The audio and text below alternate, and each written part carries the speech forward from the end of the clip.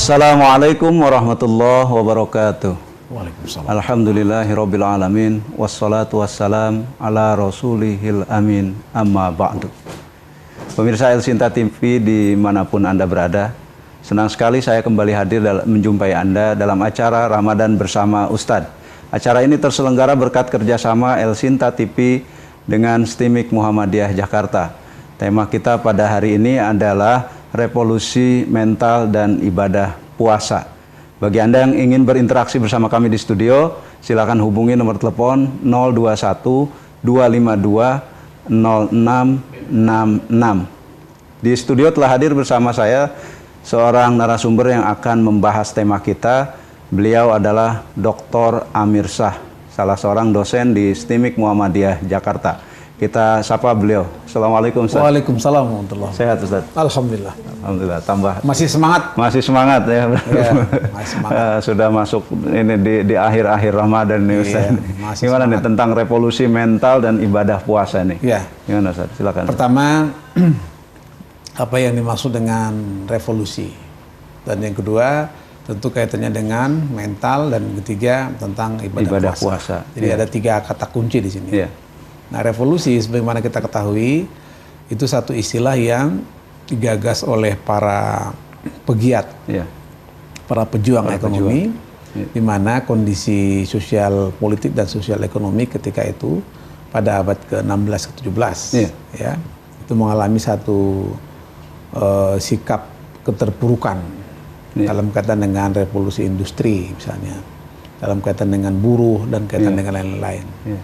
Nah, yang kedua tentu berkaitan dengan mental, bukan mental ya? Iya, mental. Mental.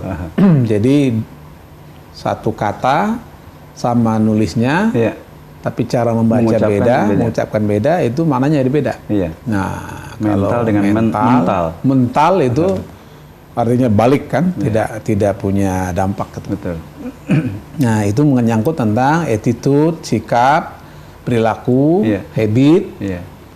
Nah, ini berkaitan dengan bagaimana seseorang mampu menampilkan yang terbaik.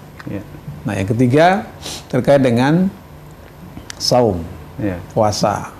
Saum itu merupakan bahasa yang secara fikih ya, tidak sekedar bermakna puasa menahan diri, tetapi dia bermakna lebih luas dalam konteks pelaksanaan ibadah untuk takarrub ilallah, dalam rangka mendekatkan diri kepada Allah, melaksanakan perintah Allah, menjauhi larangan Allah. Yang halal jadi haram, yang haram jadi halal. Nah, itu konteksnya kan berkaitan dengan prinsip-prinsip syar'i. Contoh, makan nasi itu halal bagi orang yang berpuasa pada siang hari haram, pada malam hari telah berbuka halal. Kalau dia puasa terus, kagak buka-buka, itu jadi haram.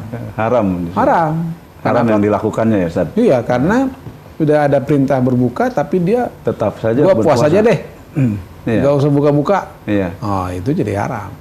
Karena syar'inya memerintahkan supaya dia segerakan berbuka itu misalnya. Nah, dari 3 pengertian ini, maka yang menjadi pertanyaan kita adalah bagaimana revolusi mental ini kita kaitkan dengan ibadah puasa yang sedang kita lakukan. Gitu. Baik. Ininya fokusnya ke mana nih Ustaz? Bicara ibadah puasa itu kan banyak. Ibadah puasa ini di Ramadan ini tidak hanya puasa, ibadah yang kita lakukan. Gitu. Arahnya kemana revolusi ini sebetulnya? Jadi arah dari revolusi ini adalah mengubah sikap, mengubah perilaku, attitude, habit, yaitu kebiasaan yang makannya terlalu banyak, semua dimakan. Nah, sekarang harus ditahan, dikendalikan. Iya, Ustaz juga nahan dulu, Ustaz. Kita istirahat dulu, Ustaz. Saya juga nahan dulu. Pemirsa, jangan kemana-mana. Ramadan bersama Ustaz akan kembali hadir setelah yang berikut ini.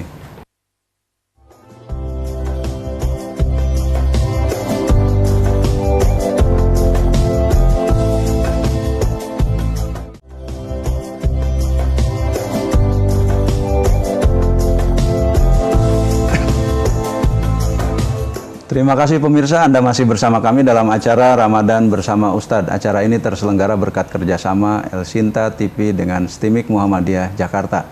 Tema kita pada hari ini adalah revolusi mental dan ibadah puasa. Bagi Anda yang ingin berinteraksi bersama kami di studio, silakan hubungi nomor telepon 021 252 0666. Kita lanjutkan diskusi kita bersama Ustadz Dr. Amir Shah.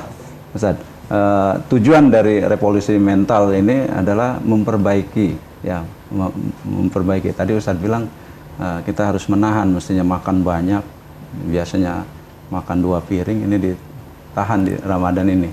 Gitu. Gimana Ustadz? Ya, jadi sekali lagi makna revolusi itu kan sebenarnya membabat habis sesuatu yang buruk, munculkan yang baru. Baik, kita terima dulu penelpon berikut. Ya, oke.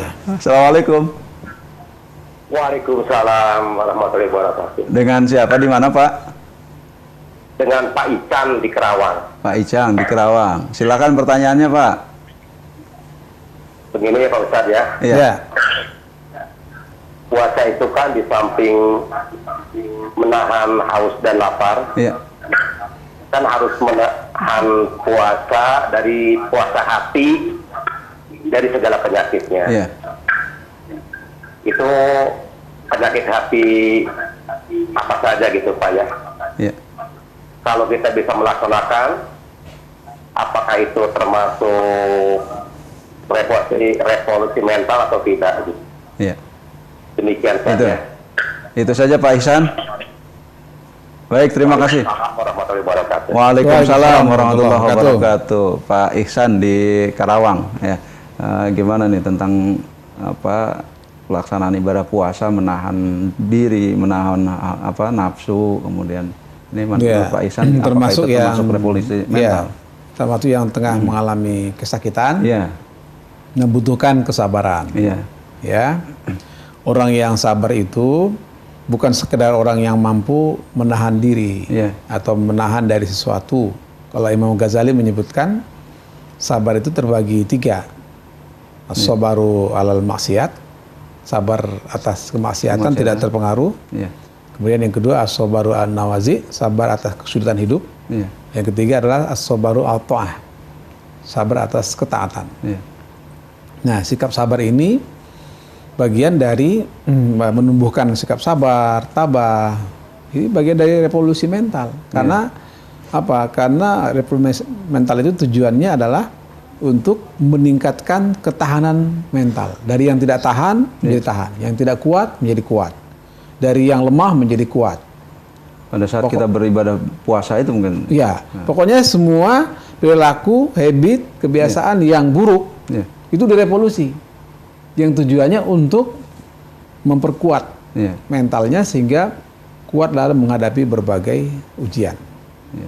Kita ambil contoh misalnya, dalam kita menjalankan ibadah puasa ini kan banyak tantangan yang kita hadapi, banyak cobaan, banyak godaan. Seorang yang mampu menghadapi tantangan, godaan, itu berarti dia harus kuat mentalnya, kuat fisiknya. Nah, itu bagian dari upaya untuk mempertahankan dia menjadi orang yang kekeh dalam menghadapi godaan dan ujian. Ini bagian dari upaya menumbuhkan sikap mental yang kuat dalam hal menghadapi godaan-godaan tadi. Nah, ini yang dalam satu ungkapan ulama disebut mujahid. Al-mujahidu man jahada nafsahu bi taatillah. Seorang mujahid itu adalah orang yang berjuang sungguh-sungguh mengendalikan nafsunya, membimbing nafsunya sehingga taat kepada Allah. Baik, kita terima penelpon berikut. Ya, silakan. Assalamualaikum. Waalaikumsalam. Assalamualaikum Pak Ustaz. Waalaikumsalam warahmatullahi wabarakatuh. Dengan siapa, di mana Bu? Ini Turyati. Volume TV-nya dikecilkan Ibu. Ya, volume TV-nya dikecilkan Bu. Ya. Dah. Lagi Bu, sedikit lagi Bu, silakan. Yuk. Silakan pertanyaannya Bu. Ya. Di luar tema nggak apa-apa ya Pak? Silakan, Ibu Suryati di Cilacap, yuk, silakan. Suryati bukan Sur. Silakan. Silakan Bu. Pak, mau nanya di luar tema. Iya, silakan. Saya kan punya anak, udah besar, udah 18 tahun lah jalan. Iya. Tapi ya, bagaimana ya, udah aku masukkan ke pondok pesantren, tapi ya masih, anaknya masih kayak gitu, bagaimana ya Pak cara mengatasinya? Iya, iya. Supaya anak mau masuk ke pesantren ya Bu? Udah, tapi ya masih kayak gitulah. Iya, masih manja atau gimana kayak gitunya ini? Sama aja nakalnya. Ah, baik, baik, baik. 12 tahun berarti usia SMP nih sekarang nih. Itu saja ya Bu? 18. Ah, 18. Ya, baik, baik. Itu saja Bu? Iya, sama ya konsultasi lain boleh nggak ya, lain tema? Ya, cepat Bu pertanyaannya Bu. Oh, Cepat. ya, bagaimana cara apa ya mengatasi masalah ini Iya. dalam hidup diri kita sendiri gitu loh Pak. Iya, iya, baik. Baik, terima kasih Bu Suryati. Iya, iya. Ya, terima kasih Bu Suryati di Cilacap. Iya. Gimana nih? Pertama Jadi, masalah anaknya, kemudian masalah dirinya sendiri nih. Iya, memperbaiki betul. diri. Gimana, Ustaz? Jadi hidup ini penuh dengan masalah. Iya. Itu dulu yang harus dicamkan baik-baik. Justru ada masalah, ya kita harus mampu menghadapi masalah. Iya. Nggak ada hidup tanpa masalah. Iya, iya. Nah, mengapa? Karena namanya hidup itu ada ujian, ada godaan, ya, Iya. ada cobaan, Ada kesenangan. ada kesenangan, ada kesulitan. Disitulah kita semakin kekeh kuat menghadapi ujian dan godaan itu. Iya. Nah, disinilah perlunya mental yang kuat. Nah, makanya perlu revolusi mental. Iya. Tadi Ibu Suryati mengatakan di Cilacap, Cilacap. bagaimana anaknya yang masuk pesantren tidak sekedar masuk pesantren, tapi dia harus menyadari bahwa ketika masuk pesantren itu memerlukan sebuah revolusi, Iya. perubahan yang mendasar, sikap. Bagaimana supaya anaknya sadar bahwa dia di pesantren. Iya. Sekali lagi tidak mudah ya mengubah sikap, perilaku, habit dari yang tidak baik menjadi baik. Iya. Dari yang kurang baik menjadi baik. Tidak mudah. Iya. Mengapa tidak mudah? Karena di dalam diri manusia itu, ya, siapapun, bukan hanya anak-anak, Iya. orang dewasa juga diingatkan masih ngeyel, Betul, betul. ditegur dia marah, gitu? Iya. Dinasehati dia malah Ya, malah membangkang. membangkang, Nah, istilah orang keras kepala, ya kan? iya. Nah, itu kenapa? Karena dia punya habit, sikap, perilaku atau mental yang tidak mempunyai kesadaran tinggi. Harus dipaksa atau gimana nih Nah, supaya anak bisa ini? Justru dengan kesadaran tinggi Iya. yang perlu ditumbuhkan agar tidak perlu seseorang dipaksa. Dipaksa. Dalam beragama tidak perlu dipaksa, tidak boleh Iya, dipaksa. iya. Maka itu Allah katakan la ikraha fiddin, tidak ada paksaan dalam beragama. Jadi sholat itu harus dengan kesadaran tinggi. Iya. Mungkin melalui proses pemahaman dari orang tua kali. Nah, untuk mempunyai kesadaran tinggi itu perlu pemahaman. Iya. Ya, ada 3, ada yang tidak paham, Iya. salah paham, Betul. pahamnya salah. Iya, iya. Nah, Ini soal paham aja nih. paham semua nih. Oh, soal paham semua. Iya. Saya ulangi ya, Gimana nih? tidak Iya. paham. Iya. Nah, bagaimana anak-anak kita supaya paham Iya. bahwa sekolah itu penting, Iya. untuk ilmu itu penting, ya kan? Iya. Nah, supaya dia apa? Supaya Tidak paham. Tidak salah paham. Tidak salah paham. atau supaya jangan sampai pahamnya salah. Ah, Contoh gini, ini baca Quran. iya. Kita disuruh baca Quran misalnya. Alif Lam Mim, dzalikal kitabu la raiba fihi hudal lil muttaqin. Ini Quran tidak ada keraguan Iya. bagi orang yang bertakwa. Betul. Coba kalau dibaca Alif Lam Mim, dzalikal kitabu la raiba fihi hudal lil muttaqin. Apa artinya? Saya tidak tahu. Iya. Jadi nggak paham. Nah, sekarang dia sudah tahu. Ini Quran adalah petunjuk bagi orang takwa. Anda tahu? Ya saya tahu artinya. Mm-mm. Dia paham. Tapi masih salah paham. Artinya tidak mau melakukan. Iya, iya. Apa Perintah yang Al-Quran perintah itu. Allah itu. Baik, kita terima Oke. yang berikutnya, Ustaz. Assalamualaikum. Waalaikumsalam Pak. Ya. Dengan siapa, di mana Ibu? Dengan hamba Allah Pak di Jakarta. Hamba Allah di Jakarta. Silakan pertanyaannya. Ya.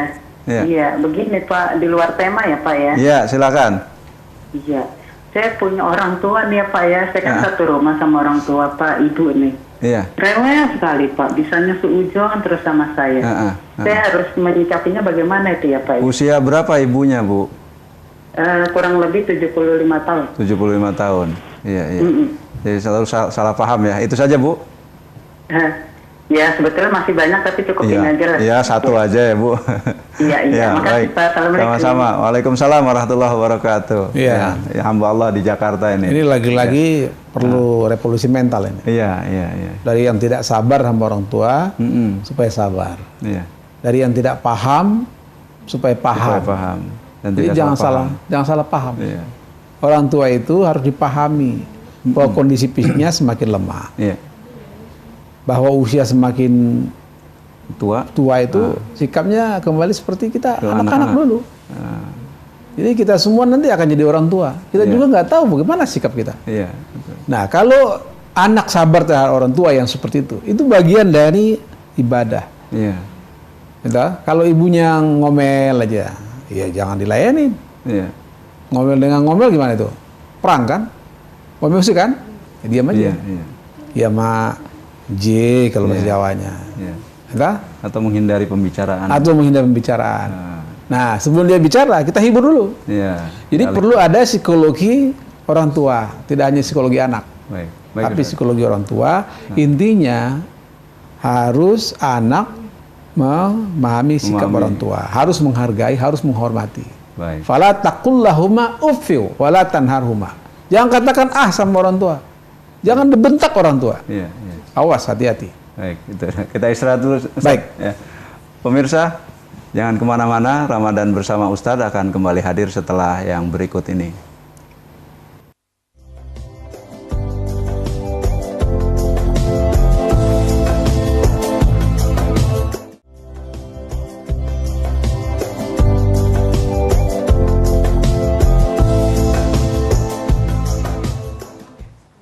Terima kasih pemirsa, Anda masih bersama kami dalam acara Ramadan bersama Ustadz. Acara ini terselenggara berkat kerjasama El Sinta TV dengan STIMIK Muhammadiyah Jakarta.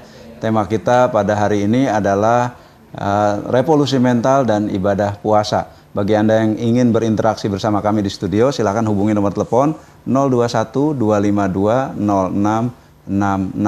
Kita lanjutkan diskusi kita bersama Ustadz Dr. Amir Shah, salah seorang dosen di STIMIK Muhammadiyah Jakarta. Ustadz, ada yang berpendapat bahwa dalam hubungan anak dengan orang tua nih nggak pernah bisa dipersalahkan, Ustadz. Gimana nih dengan pernyataan seperti ini? Ya, jadi pertama orang tua harus kita perlakukan berlebih. Ya. Artinya berlebih itu ada sesuatu yang harus dipahami oleh anak terhadap orang tua. Ya. Ya, itu sendiri terdapat di dalam Al-Quran.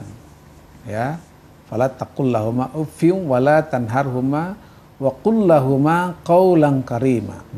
Dalam suatu hadis disebutkan ketika ditanya oleh Rasulullah, siapa yang harus dihormati? Ibumu. Siapa? Ibumu, ibumu. Ya. Nah, jadi ada 3 kali. Pada ibu dilebihkan. Karena ibu inilah yang berjasa melahirkan kita, membesarkan kita. Ya. Nah, ketika terjadi interaksi sosial antara ibu dan anak, Ya. apakah seorang anak patut mempersalahkan ibu? Jawabnya tidak. Ya.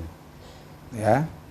Nah, supaya tidak terjadi kesalahpahaman antara anak dan orang tua, maka anaklah yang dituntut pertama-tama untuk memahami sifat karakter orang tua. Ya, yang namanya orang tua yang normal, yang fisik mentalnya sehat, ya kecuali orang tua yang ini ya, yang ada kelainan ya, itu lain hal itu. Nah, itu artinya bahwa seorang anak wajib memahami orang tua, bagaimana sikap orang tua, misalnya yang suka ngomel, kalau anaknya kurang rajin, itu wajar. Misalnya orang tua suka mengingatkan ketika anaknya malas kuliah misalnya. Ketika anaknya berpenampilan tidak bersih, tidak rapi, saya kira itu wajar. Itu dalam batas wajar. Itu wajar karena apa? Karena itu nilai kemanusiaan seorang ibu. Jadi naluri ibu itu memang harus kita pahami. Ya, bagaimana anak-anaknya supaya berpenampilan baik. Bagaimana anaknya supaya berperilaku baik. Kalau ada yang kurang, maka itu yang oleh Al-Quran menyebutkan, ya, watawasaw bil haqqi watawasaw bis sabr. Anak pun sebenarnya bisa mengingatkan orang tua. Tapi caranya tidak sama. Itu yang harus diingat. Ya, jadi pertanyaan ibu hamba Allah tadi, itu yang saya minta, ya, itu sebuah kondisi umum yang terjadi di semua orang, di semua keluarga, tanpa kecuali saya kira. Dan ingatlah, kita harus berbahagia masih punya ibu. Ingatlah bahwa kita merasa sayang kepada ibu, orang tua, dan sebaliknya, lihatlah orang-orang yang tidak punya ibu. Ya, bagaimana sikap orang yang tidak punya ibu? Betapa dia sangat sedih. Orang tuanya telah mendahuluinya. Di bulan Ramadan seperti ini, berkumpul bersama orang tua, keluarga, tapi ternyata sudah mendahului. Sudah tidak ada. Ini kan satu kesedihan. Betul. Baik Ustaz, kita kembali ke tema kita nih, revolusi mental nih. Nah, di Ramadan ini Ustaz, ya kita ada selain ibadah, tadi puasa, kemudian taqarrub ilallah, melalui sholat, ya, kemudian membaca Al-Quran. Ini dampak yang sangat terlihat dalam kehidupan seseorang gimana? Ya, jadi secara revolusioner itu terjadi perubahan yang sangat-sangat drastis. Ketika orang itu memasuki revolusi mental itu. Ketika dia berpuasa. Coba bayangkan, di awal saya katakan, dari perbuatan yang haram menjadi halal. Halal menjadi haram. Kan gitu ya. Contoh, nasi yang kita miliki itu cari dengan yang halal, tapi haram dimakan pada siang hari. Mulai dari imsak sampai berbuka kembali. Kemudian begitu berbuka halal, kok saya nggak mau buka supaya puasanya lebih panjang seharian, ya haram. Nah, itu kan sikap mental yang berubah secara drastis. Otomatis ditata itu ya. Coba lihat disiplin kita, disiplin berbuka, dan disiplin untuk imsak. Paling disiplin kan?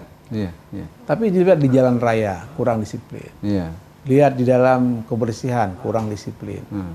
Lihat di dalam antrian kurang disiplin. Jadi seakan-akan disiplinnya berbuka dan imsak itu belum menjadi habit. Belum terrealisasi dalam kehidupan. Belum terrealisasi, belum teraplikasi. Teraplikasi. Inilah yang harus kita revolusi. Wah, ya kan? Jadi revolusi ini memerlukan pemahaman, penghayatan, pengamalan. Tiga tuh. Pemahaman, penghayatan, artinya penghayatan menghidupkan dalam hati. Pengamalan, aplikasi dalam kehidupan sehari-hari. Gampang mengucapkan, tapi tidak semudah yang memahami. Sungguh luar biasa ya Ustaz ya. Ternyata dari ibadah puasa aja ya dua hal ini, berbuka, kemudian saat sahur kita masuki imsak, kita sudah berhenti untuk makan minum, itu ya sebuah pelajaran yang harus kita aplikasikan ke dalam kehidupan kita di sehari-hari Ustaz. Jadi belum ya nggak banyak orang merasakan itu. Jadi karena itu kita harus menjadikan Ramadan ini sebagai madrasah bagi umat Islam untuk mengubah sikap mental. Mengubah sikap mental dari yang kurang baik menjadi baik, tidak baik menjadi baik. Coba bayangkan, di saat berpuasa, kita mendengar berita di TV, masih ada terjadi pemerkosaan. Masih ada terjadi, saya beberapa hari yang lalu dengan Kapolda DKI memberi keterangan, Pak Tito Karnavian. Coba bayangkan, yang namanya sahur on the road, itu kan yang awalnya terhormat, mulia, memberi makan kepada orang yang akan sahur. Ya kan bagus tuh. Tapi kalau diiringi di jalan raya dengan ugal-ugalan, bawa celurit, bahkan ketangkap ada yang bawa narkoba, naudzubillah, ya kan? Itu kan menodai makna dari yang niatnya baik, niat baik, jadi jelek. Jadi kan? ada tiga lagi ada tiga, niat baik, melakukan revolusi mental, ya harus diiringi dengan cara yang baik, harus dilanjutkan dengan perilaku yang baik. Baik, kita istirahat dulu, Ustaz. Ya, setelah berikut kita lanjutkan lagi, Ustaz. Pemirsa, nantikan Ramadan bersama Ustadz setelah yang satu ini.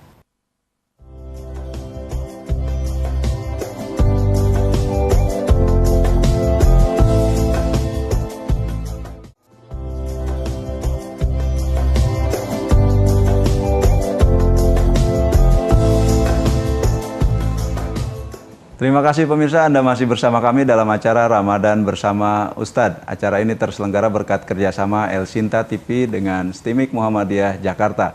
Tema kita pada hari ini adalah revolusi mental dan ibadah puasa. Bersama saya telah hadir seorang narasumber, beliau adalah Dr. Amir Shah, seorang dosen di STIMIK Muhammadiyah Jakarta. Kita lanjutkan diskusi kita bersama Dr. Amir Shah. Ustadz, kembali ke permasalahan sahur on the road yang Ustadz bilang tadi. Memang niatnya bagus, tapi kemudian pada pelaksanaan di lapangan malah ya Ustadz bilang ugal-ugalan. Gitu. Ini revolusi di mana nih yang harus dibenahinya nih? Iya, gitu. Jadi sekali lagi yang harus diperbaiki itu ada tiga hal tadi itu. Iya. Saya kira pertama niatnya harus diperbaharui dulu. Iya. Innamal a'malu binniyat wa innamal likulli imrin. Segalanya harus dengan niat. Kalau niatnya baik, insya Allah akan diiringi dengan cara yang baik. Iya. Akan diiringi dengan perilaku yang baik. Tapi kalau niatnya sudah nggak baik, itu perilaku, cara akan melenceng, akan menyimpang. Iya. Ya, nah karena itu agar niatnya baik, maka dia harus betul-betul lahir dari lubuk hati yang paling dalam. Harus lahir dari satu kesadaran yang sungguh-sungguh. Harus lahir dari satu keinginan yang kuat untuk melakukan yang baik. Apa yang dimaksud dengan niat? Niat itu adalah sesuatu yang terbetik dalam hati. Dan itu nurani paling dalam itu. Tidak mungkin orang melakukan sesuatu yang menyimpang atau perilaku yang menyimpang, atau praktek yang menyimpang, kalau niatnya baik. Nah, oleh karena itu, agar tiga ini saling berjalin bergelindan, maka ya tiga ini merupakan satu sistem. Sistem dalam arti sistem sosial di masyarakat. Kelemahannya adalah ketika seorang sudah punya niat yang baik, sudah punya cara yang baik, perilaku yang baik, itu yang kemudian melahirkan kesalehan sosial, tapi hanya milik orang per orang, belum menjadi milik bersama. Nah karena itu perlu dijadikan menjadi kesalehan sosial. Jadi kesalehan individual harus menjadi kesalehan sosial. Nah revolusi mental harus dimulai dari diri sendiri, kemudian menjadi satu sistem nilai dalam kehidupan sosial bermasyarakat. Tidak mungkin berhasil revolusi mental kalau hanya untuk orang per orang. Belum menjadi milik bersama dalam masyarakat. Apa yang bisa kita ambil dari pembicaraan kita kali ini, Ustaz? Jadi ada banyak hal yang bisa kita petik ya dari pembicaraan ini. Pertama, bahwa karena kita tengah menjalankan ibadah puasa, maka kita semua yang berpuasa tentu punya harapan besar ya. Nah, puasa ini sebagai latihan, sebagai madrasah untuk diri kita, sebagai ibadah untuk mengabdi kepada Allah, mendekatkan diri kepada Allah. Maka ibadah puasa ini harus mampu kita jadikan sebagai bagian integral, sebagai bagian yang tak terpisahkan dari perilaku kita sehari-hari. Ibadah puasa tidak sekedar kewajiban, tapi kebutuhan untuk membimbing sikap mental kita supaya mentalnya menjadi mental yang kuat, yang dewasa, yang yang tahan dalam menghadapi berbagai ujian dan cobaan. Jadi mentalnya harus mental pejuang. Nah, mental pejuang itu petarung istilahnya. Kalau Buya Sapi Ma'arif bilang mental petarung. Petarung itu maksudnya ya harus mampu bertarung, menghadapi tantangan. Jangan mudah menyerah. Menghadapi hawa nafsu. Menghadapi hawa nafsu. Jangan mudah mengeluh. Jangan menjadi orang yang negative thinking. Tapi harus positive thinking. Dan kemudian harus berani mengaplikasikannya dalam kehidupan sehari-hari. Berani mengaplikasikan dalam kehidupan sehari-hari. Nah, terakhir, karena ibadah puasa yang memberikan nilai-nilai yang amat sangat tinggi dan mulia, begitu tinggi nilainya, maka harus kita turunkan, kita bumikan, kita aplikasikan dalam perilaku yang kuat, sikap yang kuat. Baik, terima kasih banyak Ustaz. Mohon maaf waktu kita sudah habis. Terima kasih, kita lanjutkan lagi pada waktu dan kesempatan yang sama. Amin, mudah-mudahan kita ketemu lagi Ustaz. Insyaallah. Pemirsa, terima kasih atas perhatian Anda. Mohon maaf atas segala kekurangan. Wassalamualaikum warahmatullahi wabarakatuh. Waalaikumsalam.